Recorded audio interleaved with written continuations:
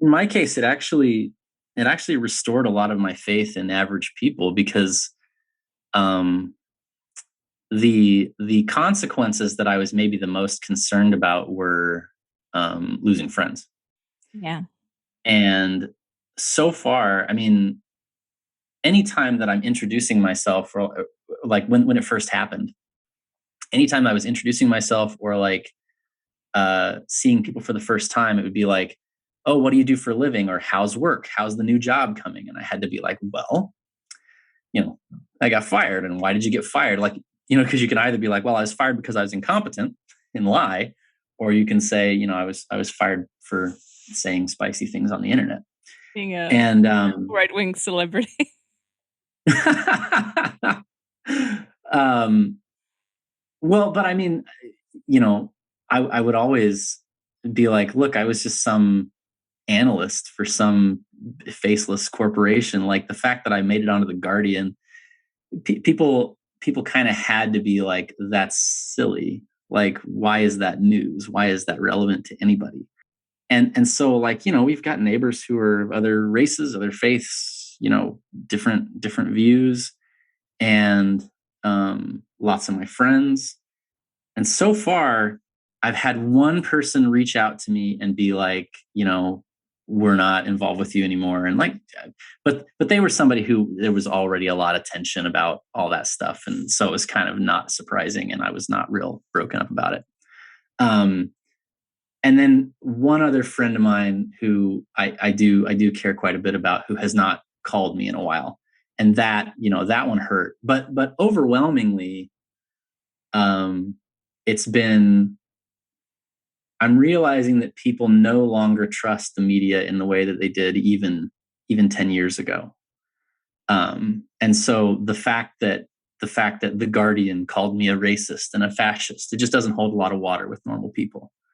Obviously it's kind of a, who are you going to believe, me or your lying eyes type of situation. Like, if I'm hanging out with you and you're not white and we are good friends and we're bringing you soup when you had a baby, and like, you know what I mean, like there's an element of like, come on, you know but yeah, I mean, part of being forced out into the open is learning what people would actually think of you if you were honest with them.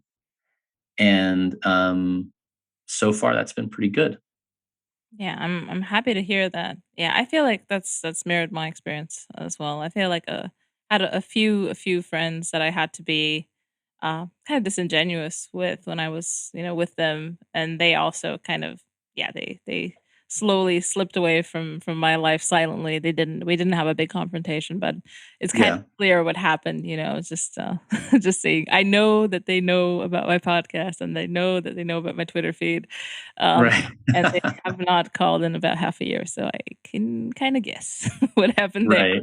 Right. But yeah, no, like hardcore confrontations with anyone, which I think is good. At least maybe people are scared to confront me. That's a good reputation to have.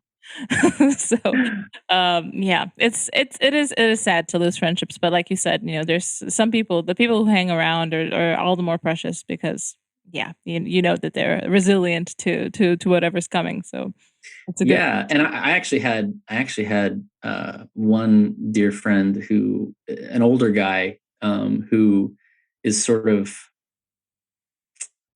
we lived in his house for a while, and we were very like integrated with his family, and someone that I love a lot. And he called me like a week later and was like, "Why wouldn't you talk to me if you're in this situation? Like, you need to reach out to people who care about you, and like, what are you doing?"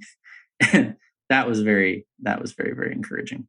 Um, so yeah, a lot of good things, a handful of bad things. On the whole, I'm glad it happened. And I spoke to one of my friends who I kind of consider a mentor in this area, because he got doxxed like 10 years ago, and is self-employed now. And he told me, like, everybody I know that's been doxxed is glad that it happened, because what you rebuild is so much better. Um, because again, like, the opportunities that are foreclosed to you, by being honest about that. The opportunities to hang out with the kind of people who would be really irritated with you, and the opportunities to work for people who despise those values, like it's not that bad of a thing to not have those opportunities. Yeah, and also on the flip side, like I've never gotten more and more interesting job offers than since I've been on Twitter. And yeah, it's stuff that would never kind of come my way. I mean, I'm not interested in getting a new job. Thank you very much, but it's quite interesting how much of a premium people would pay for honesty, because that's essentially what Yeah. saying stuff off the cuff. That's maybe wouldn't even be so innovative like 20 years ago, but now I'm just blurting out things from the 1980s on my timeline. People are like, "Whoa, look at this beast!" So I'm, I'm just being super super cool with that, and a lot of people appreciate that. Even in business, you kind of need a little bit of that. So Yeah. it does come. I'm not saying that everyone can benefit from this. I also don't want to encourage people to just like jump out there and start, whatever, posting very spicy stuff, expecting the job Right. offers. Not necessarily a direct line from that to that, but if you can, exhibit a certain skill, a certain spectrum of skills, that's rare, even if it's tied into a bit of a controversial thing. I think it could pay off. But yeah, it's a Yeah, I mean, hard one. you're absolutely right that like, and I wouldn't want to give people that idea either, that I'm telling them to go, face fag, like just sort of without preparation. I mean, obviously, my whole this whole group is built around like, don't do that. Like, get your situation squared away first, so that you can safely say what you need to say. Because you know, I was talking to somebody just yesterday about um, that type of mentality, like, oh, if we all just sort of storm the Bastille now and we all just come out and say what we need to say, then we'll all be like, the spell will be broken, and they won't be able to persecute all of us.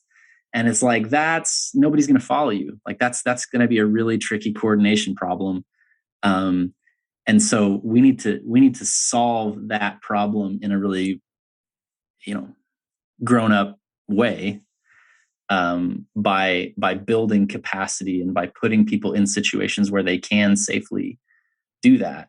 Um, and like, yeah, there's definitely pioneers in the space who take the risk, and God bless them. Like, that definitely it definitely opens the aperture for the rest of us. But I wouldn't advocate that as a general strategy. I think especially like regular guys, and there's tons of regular guys, and it's okay to be a regular guy. Like, most of those people should get their ducks in order, you know, and then, post.